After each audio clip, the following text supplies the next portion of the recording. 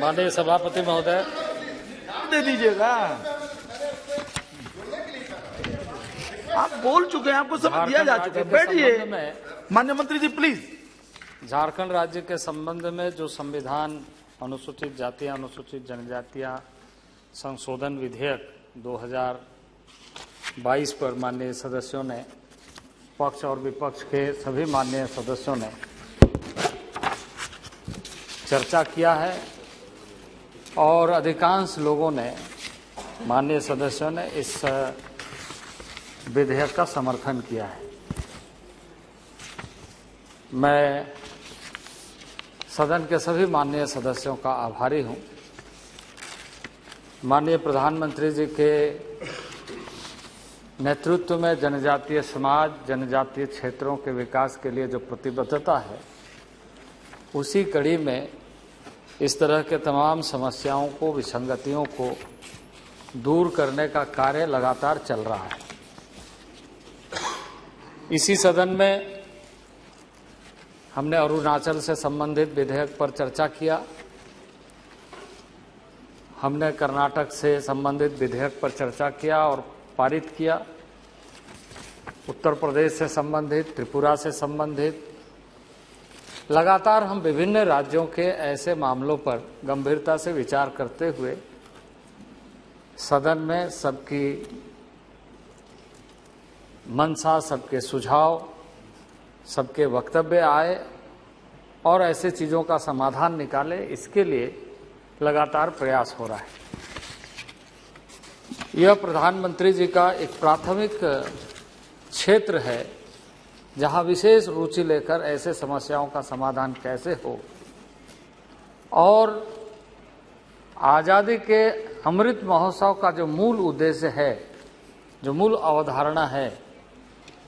उसे हम इन परिवारों, इन समाजों, इन समुदायों के बीच में देख सके, ताकि हम ये लक्ष्य निर्धारित कर सके कि आज़ादी के समय में पीछे में रहने वाले पंक्तियों के लोगों को 75 साल में नहीं लेके जाया जा सका, तो अमृत महोत्सव का संकल्प ये हो कि 100 साल जब पूरा हो तो देश के आदिवासी मूल धारा में जुड़े हुए दिखे और सभी क्षेत्रों में आगे बढ़े। सभापति महोदय, इसी कड़ी में माननीय सदस्यों ने जो कुछ विषयों के तरफ में, जैसे हमारे सुरेश जी ने वैसे समर्थन किया है, कहा है नो ऑब्जेक्शन, लेकिन साथ ही साथ ये कहा है कि ये पॉलिटिकल तरीके से, पॉलिटिकल रेजुलेशन के रूप में या पॉलिटिकल इंटरेस्ट के साथ, यदि आपको ऐसा लगता था तो पॉलिटिकल लाभ लेने के लिए आपने पहले क्यों नहीं किया? आपको तो मौका मिला था लंबे कालखंड तक, लेकिन आपने इस विषय पर राजनीति किया, उन लोगों को लाभ कैसे मिले, न्याय कैसे मिले, इसके बारे में नहीं सोचा। हम अब सोच भी रहे हैं और कर भी रहे हैं और निष्पक्षता के साथ संवैधानिक प्रावधानों और जो मापदंड है उस मापदंड के आधार पर कर रहे हैं और इसलिए इसमें कोई राजनीति नहीं है, विशुद्ध रूप से मेरिट पर सारी चीजें की जाती है। क्योंकि इस संबंध में हमारे माननीय सदस्य निशिकांत जी अभी बता रहे थे कि कितने फॉर्मेलिटीज की जाती है। उन्होंने एक समिति का भी जिक्र किया जो 2013 में पंडा समिति बनाई गई थी और उसके भी बहुत सारे सुझाव, मंतव्य आए, मैं उस पर बाद में आऊंगा। लेकिन मैं अध्यक्ष महोदय ये कहना चाहता हूं कि जहां पूरी निष्ठा और ईमानदारी के साथ जनजातीय समुदाय के हितों को विशेष रूप से ध्यान रखने की आवश्यकता थी, जो पूरी नहीं हो सकी और आज इस अवस्था में आज भी हम चर्चा करते हुए कि वो आज भी पीछे है, आज भी नीचे है, आज भी समस्याओं से जकड़े हुए, ये जो बातें कह रहे हैं ये वैसे लोगों के माध्यम से यदि कही जाए तो ये उपयुक्त नहीं है जिन लोगों ने लंबे कालखंड तक इस देश में शासन किया। और इसलिए अध्यक्ष महोदय, मैं निश्चित रूप से कहूंगा कि जिन माननीय सदस्यों ने समर्थन किया है और जिन लोगों ने चिंता जाहिर की है कुछ चीजों के बारे में, जैसे हमारे भर्तृहरि महताब जी ने उड़ीसा से संबंधित, अपराजिता जी ने उड़ीसा से संबंधित, मेरे पास सारे ऐसे सारे समुदायों के बारे में मंत्रालय शोध के साथ कार्य कर रही है कि हम किसी के साथ अन्याय न हो, इसकी चिंता करें, सबको न्याय मिले, इसकी हम चिंता कर रहे हैं। और कुछ लोगों ने फाइनेंशियल डेफिसिट की बात की कि ट्राइबल मिनिस्ट्री में या ट्राइबल के लिए जो फाइनेंशियल बजटिंग होती है उसमें कमी है। मैं बताना चाहता हूं कि नीति जो बनाई गई थी, उस नीति 70 के दशक में बनाई गई थी कि किस तरीके से केंद्र और किस तरीके से राज्य बजट का प्रावधान करेगा और किस तरीके से विकासात्मक कार्यक्रमों को प्लान और सब प्लान के आधार पर, यानी ट्राइबल सब प्लान के आधार पर राज्य उन राशियों का व्यय या योजनाओं का कार्यान्वयन करेंगे या चिन्हितीकरण करेंगे या प्राथमिकता दें। लेकिन ये नीति होने के बावजूद भी मैं जब रिपोर्ट को देखता हूं, क्योंकि ये नीति बनाई गई थी जब देश में, जिसकी चर्चा किया गया है, यूएन ढेबर के समय में, यूएन ढेबर इस कमीशन के मेंबर थे जिन्होंने ये अनुशंसा की थी कि देश के डेवलपमेंट पॉलिसी ट्राइबल एरिया में क्या होना चाहिए। तो इसका फॉलो कभी लोगों ने नहीं किया। इसके साथ साथ ही जातियों से संबंधित विसंगति को लेकर ये बात सही है, जैसे हम इस देश के पार्लियामेंट में यहां बैठे हैं, पूरे देश का प्रतिनिधित्व करने वाला यह संसद है। यहां बहुत सारे कम्युनिटी के लोग, बहुत सारे प्रदेशों के लोग हैं, सबके किसी भी समुदाय के नाम लेते समय फोनेटिक वेरिएशन होगा। तो ऐसे भी कई समुदाय हमें देखे गए हैं जिसमें इस तरह के विसंगति है, और इसलिए कुछ समुदाय को आज यदि झारखंड में आप देखेंगे तो प्रायवाची शब्द के रूप में इसलिए लाया गया है क्योंकि ऐसी चीजें अलग अलग क्षेत्रों में अलग अलग तरीके से, क्योंकि यदि हम 100 साल पहले की बातों को देखें, जब ये पहला डॉक्यूमेंटेशन हुआ था, अध्यक्ष महोदय इतिहास हम सब लोग जानते हैं, इस देश में यदि देखा जाए तो डॉक्यूमेंटेशन का काम खास करके पैमाइश आधारित जो लैंड रिकॉर्ड्स का काम एक समय टोडरमल के समय में शुरू हुआ था, तो दूसरा अंग्रेजों के समय में शुरू। और अंग्रेजों के समय में ट्राइबल और ट्राइबल एरिया में एजुकेशन कितनी थी या कितनी समझ थी, किस तरीके से वो कास्ट के रूप में नहीं जीते थे, वो कैरेक्टर के रूप में जीते थे, उसकी चारित्रिक गुण। और इसी बात को लोकुर कमेटी ने अपने अनुशंसा में कहा कि जब आप इन सारे मापदंडों को, मानकों को तय करें तो इन विशिष्ट गुणों की बातों को ध्यान में रखते हुए ही रिसर्च करना चाहिए। और इसलिए जो 5 मापदंड तय किए गए उसमें उनके कैरेक्टर को डिफाइन किया गया कि वो किस तरीके से रहते। अध्यक्ष महोदय, अंग्रेजों के शासन के पहले मुगल के शासन थे, मुगल के पहले रियासत थे, और रियासत के पहले हमारे बहुत सारे इतिहास थे, पाल वंश थे, मौर्य डायनास्टी थी, तो कई तरह के डायनास्टी इस देश में चले। उसके बाद मुगल रियासत, तरह तरह के नवाबों के बहुत सारे चीजें, तब जाकर के अंग्रेजों का शासन। अंग्रेजों के शासन काल में ये सारी चीजें एंथ्रोपोलॉजिकल रिलेटेड विषयों पर, लैंड रिलेटेड विषयों पर, क्योंकि पहला प्रेसिडेंसी जहां पर हुकूमत अंग्रेजों ने, पहला चार्टर 1600 में आया था अंग्रेजों का, लेकिन कानून की मान्यता, गवर्नेंस की मान्यता बंगाल प्रेसिडेंसी में सबसे पहले प्रारंभ हुआ था। और इसलिए डॉक्यूमेंटेशन का जो कार्य है अंग्रेजों ने किया, उस डॉक्यूमेंटेशन में ये सारी कई तरह की चीजों को उल्लेख करते हुए बहुत सारे चीजों को 1931 और उसके बाद जब पहली बार इस देश में गवर्नेंस का, सेंट्रल गवर्नेंस की पॉलिसी बनी, और वो इंडिया एक्ट 1935, जिस इंडिया एक्ट 1935 में इन सारी बातों का जिक्र किया गया कि किस तरीके से, किस एरिया में, किस भूभाग में, किस तरह से कितने लोग रहते हैं, उनका रहन सहन क्या है, इन सारी बातों का उल्लेख किया। इसके बाद देश आजाद हुई। देश आजाद होने के बाद में हमने इन चीजों को संविधान सभा में फिर से चर्चा की,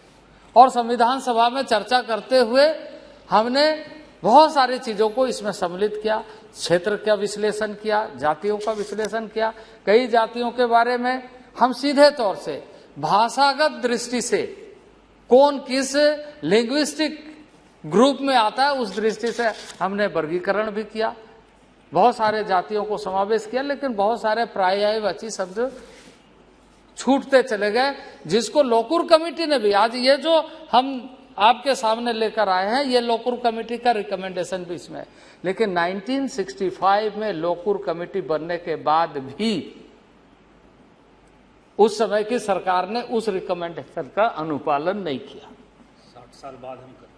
और इसको आप समझ लीजिए कि 1965 के बाद फिर से, क्योंकि ये हमारी औपचारिकता है, उन्होंने वो मापदंड तय कर दी थी, फिर से हमें सारे चीजों को शोध कराना पड़ा।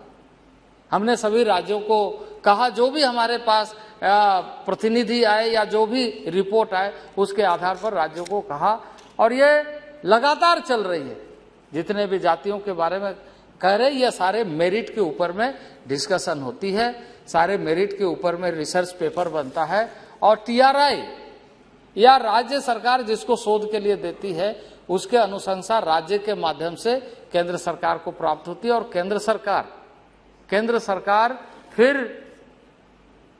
आरजीआई को वेटिंग के लिए रेफर करती है कि इनके एंथ्रोपोलॉजिकल साइट से लेकर के, क्योंकि सेंसस का सारा डेटा का कार्य आरजीआई देखती है। उसके बाद फिर हमारा कमीशन फील्ड में जाकर के उसको विजिट करके सारी चीजों का पुनर्मूल्यांकन करता है। इतने सारे चीजों को पूरा करने के बाद हम इस सदन में मंत्री परिषद के माध्यम से राष्ट्रपति के अनुमोदन उपरांत हम सदन में लेकर के आते चर्चा करने के। इसलिए जो भी चीजें, जितने भी लोगों के माननीय सदस्यों के जाति संबंधी विषय है, उन सारे मामले पर सरकार गंभीरता से देख रही कि मेरिट के आधार पर सारे चीजों को कैसे लेकर के। अब 2013 में जो पंडा कमेटी बनी थी उसके मामले पर गंभीरता से चर्चा हुई, लेकिन जो हमारी कमेटी है उस कमेटी ने, मंत्री परिषद की जो कमेटी है, उसने ये ऑब्जर्वेशन किया कि यह सारी चीजें शोध के साथ ही आए और आरजीआई के माध्यम से। ये बात सही है कि उसमें कई मेंबर थे, लेकिन वो मेंबर भी इस बात से सहमत नहीं हुए जिसका उल्लेख हमारे रिपोर्ट में आया है। तो हम चाहते हैं कि इन सारी चीजों की औपचारिकता पूरी हो। हमने सारे राज्यों को पत्र लिखा है, बल्कि मैंने पत्र लिखा है सभी मुख्यमंत्रियों को, क्योंकि 75 वेनरेबल ट्राइब ग्रुप है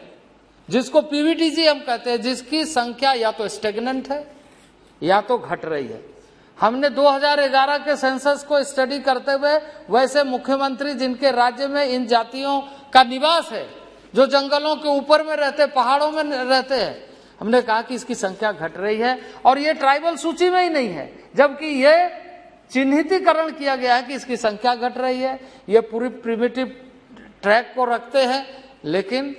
इसमें भी वो औपचारिकता पूरी होनी चाहिए, तभी हम इसको मंत्री परिषद के सामने लेके जा सकते हैं। तो ऐसे सारे मापदंडों को पूरा करते हुए हम अपना कार्य कर रहे हैं। डेवलपमेंट का नया आयाम जोड़ने का कार्य माननीय प्रधानमंत्री के नेतृत्व में, आदरणीय नरेंद्र भाई मोदी के नेतृत्व में हो रहा है, और मैं समझता हूं कि ऐतिहासिक कालखंड है ये, जब आदिवासियों के समग्र विकास की चिंता, बहुआयामी व्यक्तित्व की चिंता और उसके हर तरह के सामाजिक, आर्थिक, सांस्कृतिक विरासत बनी रहे, शिक्षा में प्रगति हो, इसकी चिंता हम कर रहे हैं। और इसलिए इसी सरकार ने आज सबसे अधिक विद्यालयों की संख्या सभी ब्लॉक स्तर, खंड स्तर तक बनाने का निश्चय किया है, जिसकी स्वीकृति वित्त मंत्रालय ने लगभग आगे 2024 तक के लिए हमें 25,000 करोड़ से अधिक राशि देने का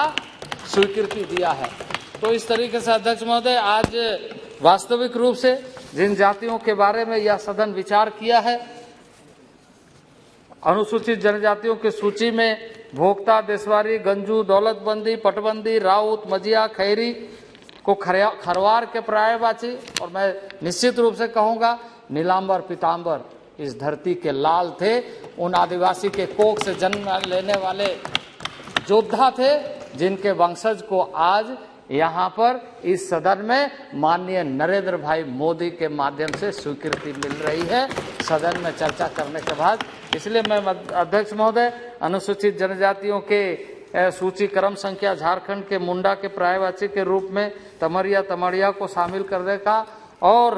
पुराण को क्रम संख्या 32 के बाद जोड़ने का प्रस्ताव को मैं आपके समक्ष और सदन के समक्ष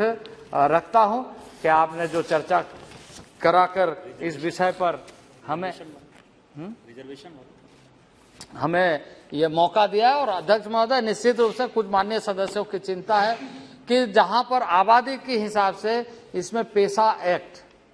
पंचायत एक्सटेंशन जो पूरे देश भर में अनुसूचित क्षेत्र में लागू है, इन सारे क्षेत्रों में लागू होगा। ये प्रावधान इसके माध्यम से होगा। निश्चित रूप से मैं इन्हीं शब्दों के साथ आभारी हूं और मैं प्रस्ताव करता हूं कि इस विधेयक को पारित किया जाए।